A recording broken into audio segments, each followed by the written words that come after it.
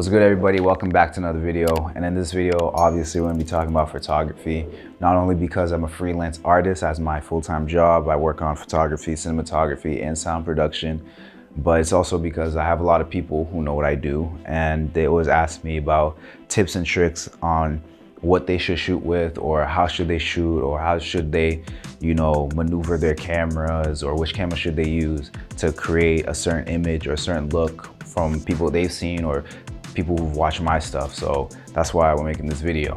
So obviously on my channel, I talk about photography, and I made videos on this type of stuff before. I made videos on film photography. Not too long ago, I made a video on the Contax T3, the point and shoot film camera. I made a video on the Mamiya RB67. I also made a video on other film cameras that I've owned. And that one was probably a few months ago, or probably a year ago. So I'm gonna link it down below so you guys can go see. And also make sure you guys subscribe, like, and share, and all that stuff, because it helps me make these videos for you guys. I like to see the support. So let's jump right into it. This looks like a class because I'm trying to teach this as simple as possible so that everyone can understand the difference between film and digital photography, all right? So we're gonna write it down here right now. So we're gonna be talking about photography, right?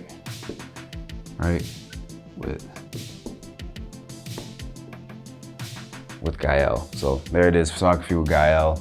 And now what we got under here is DSLR, and then we got an SLR, right? So that's what we got over here. DSLR is digital photography. This DSLR stands for single lens, right? Reflex, because that's what's in the camera. So that's what the SLR. The D in here is just digital. That's all it is. An SLR is just film. That's it. That's what you need to know if you're ever looking for a digital camera or a film camera, right over here. So for some example of DSLRs, you got the Sony A7 series, like what I'm shooting right now. You got your Canon EOS R series, which is another really good camera. You got your Nikon Z series. You got your Fujifilm GFX. And this just goes on. There's thousands of DSLRs, and it's pretty common because that's the age we're living in. Everything's digital and you have a lot of access to it. Now for SLRs, you got your old cameras like the Contax T series, like I made a video of. You got your Pentax K1000. That's another one that's really good. That was the first camera I ever used. And then you got the old Canon SLRs from like the early 2000s, and stuff like that. So that's what's really good about these cameras, that they're still here. They're still being passed around on eBay or any reselling sites, any camera stores that you can find, thrift stores. That's where you'll find a lot of the film SLR cameras. And then for digital, you can go to like your Best Buy, your Target, or wherever to find these cameras, and you'll be just fine to go if you're ever trying to buy a camera. I'm gonna write it down for you guys right now. So you got eBay, thrift stores, resale sites, right? Resale sites, that's where you can find film cameras. And for digital cameras, you can find them at Target, Best Buy, right? And then literally anywhere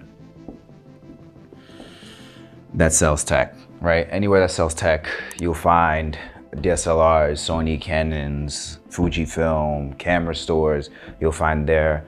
And then here you might have to search a little harder to find any specific ones that you want. Now, what you guys also want to be aware about is the price. So the price of film cameras now, right, are pricey, and the prices for digital cameras, right, are also expensive as well. It is what it is. We live in a time where We have Instagram, we have social media, we have YouTube, all these people, you know, all these guys and casual family, friends, we're all using cameras. So obviously camera companies are gonna capitalize on that and they're gonna tax you, feel me? So I feel bad for y'all, it is what it is. I wish I didn't have to do it, but we all have to do it. So film cameras, you know, film is very popular right now. So that's what a lot of people are going for. And then, you know, with the point and shoots, you can find cheap ones at like CVS or any convenience store that sells the little point and shoot green ones. You'll see it, you know, wherever you go. But more specific ones where you have more control over stuff, they're gonna be pricey, probably from like $300 to like $500. So you'll see it like on eBay, you know, it'll pop up, like whatever you type in. Contacts goes for $1,000 now, which is crazy. Medium format is another beast itself, so you just gotta be aware for that. And then digital, it is what it is. If you want better quality videos, you're gonna have to pay more. It is what it is.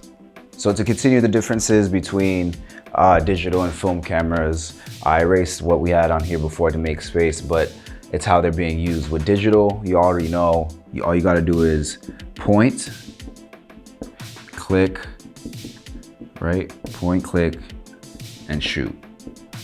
There's nothing much to it. You buy a camera, then you put a memory card in it, and then that's when you start shooting. Make sure you have a lens that goes with your camera, and all you gotta do is click. You can shoot unlimited amounts of time as long as your camera is fully charged and you have enough space on your memory. And with film, it's a little different. With film, you gotta be a little strategic because you're using film stocks, right? Film stocks. And film stocks come in different amounts, right? So you can have a 24 roll film, 24 roll. That means you only can shoot 24 photos. That's one way. You get a film stock or a film roll that shoots only 24 photos, and then you have another one that's 36, right? 36, and then either means you have 36 photos to shoot. And you have to be very strategic because it's not like digital where you can just click, click, click, because then you're just gonna run through your film pretty quickly. Like I've gone to photo shoots where I shoot like 1,000 photos, like weddings or parties or events. And I can't do that with film unless I have like a numerous amount of film. And with medium format, sorry, I wanna add this in. Medium format is another part of film. And with medium format, right? We don't have to get too into it, but medium format, or also called 120, right?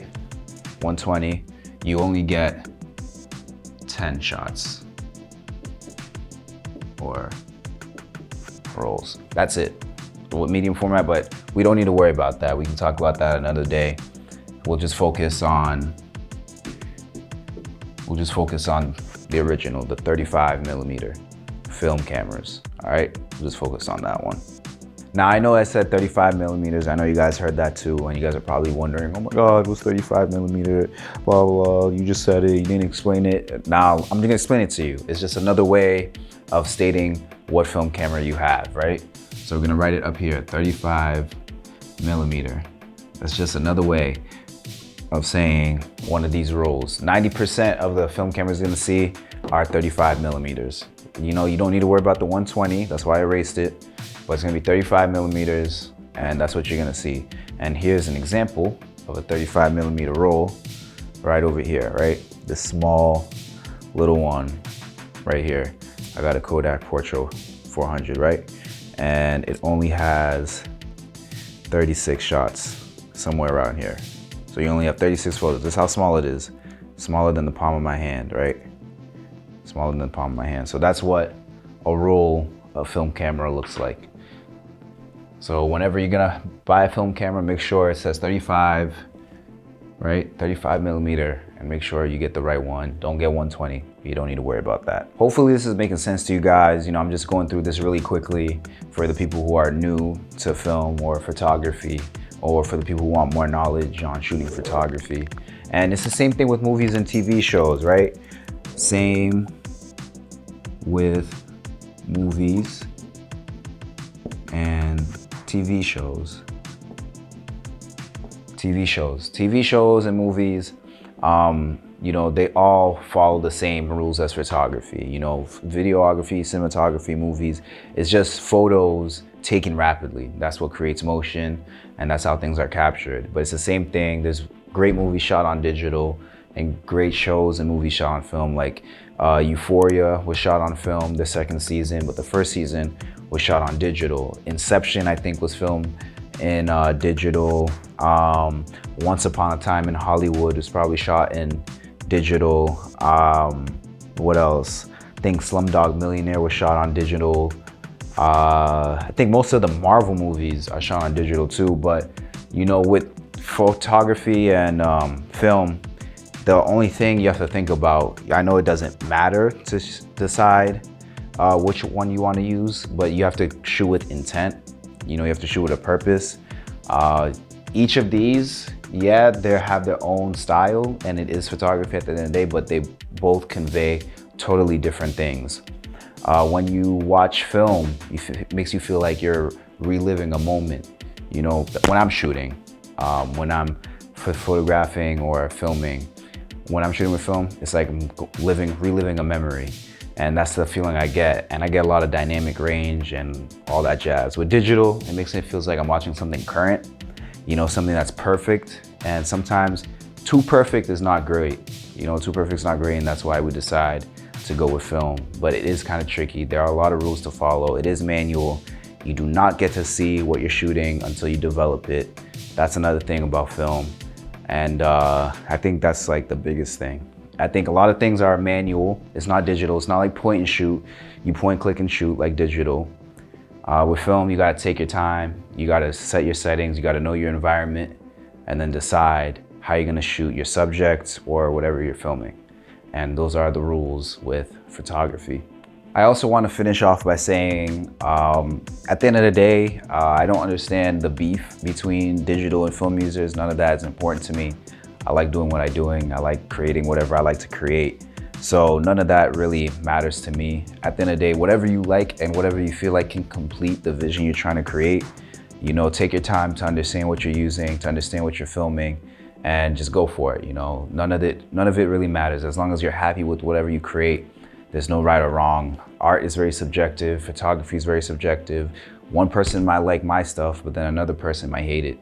I might like this person's stuff, but I might not be a fan of another person's thing. So it doesn't matter.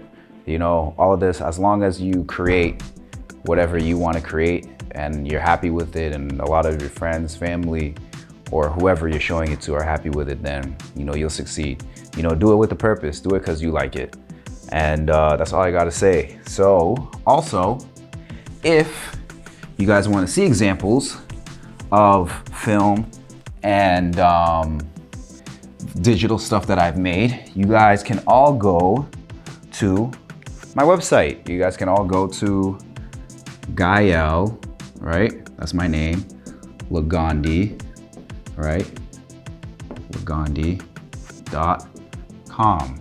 Over there, you will see my entire portfolio of stuff I've made. I try to update it as much as I can. Not everything I've done is on there. Only things I probably like or I'm really proud of are on there. And there's no shade to nobody, but it's just my favorite out of the bunch I put on there. I try to update it roughly every month. So go on there, Gahel Lagandhi, right? That's Gahel-Ligonde. And you get to see a lot of the photography, the cinematography, right? Photography. And, whoops, sorry. And the sound production stuff that I've made. You'll see all that stuff over there. So if you guys can go on there and check stuff out.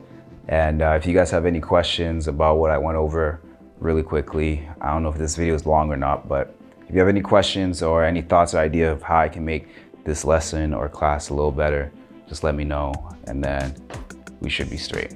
All right, so thank you again. I'll see you guys in the next video, probably the next lesson or class where I go into more detail. All right, just let me know down below. Make sure you like, share, subscribe, all that. Please, thank you, I'm out.